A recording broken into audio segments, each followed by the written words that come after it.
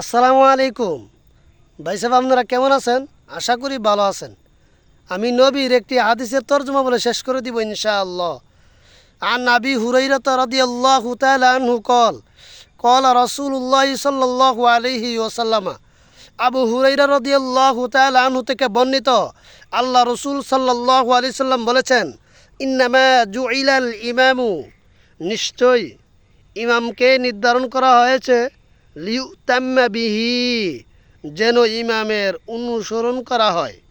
ফাইদা কাব্বারা, যখন ইমাম সাহেব আল্লাহু আকবার বলে নামাজে দাঁড়াইল, তাকবীরে তাহরিমার নিয়ত বানল, ফাকাব্বিরু, অতঃপর মুক্তাদিগণ তোমরা সকলেই তাকবীর বলো।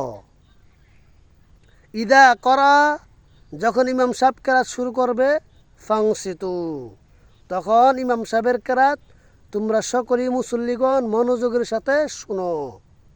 ভাই, আমি আপনি সকলেই এই হাদিসের উপর আমল করা তৌফিক দান করুক।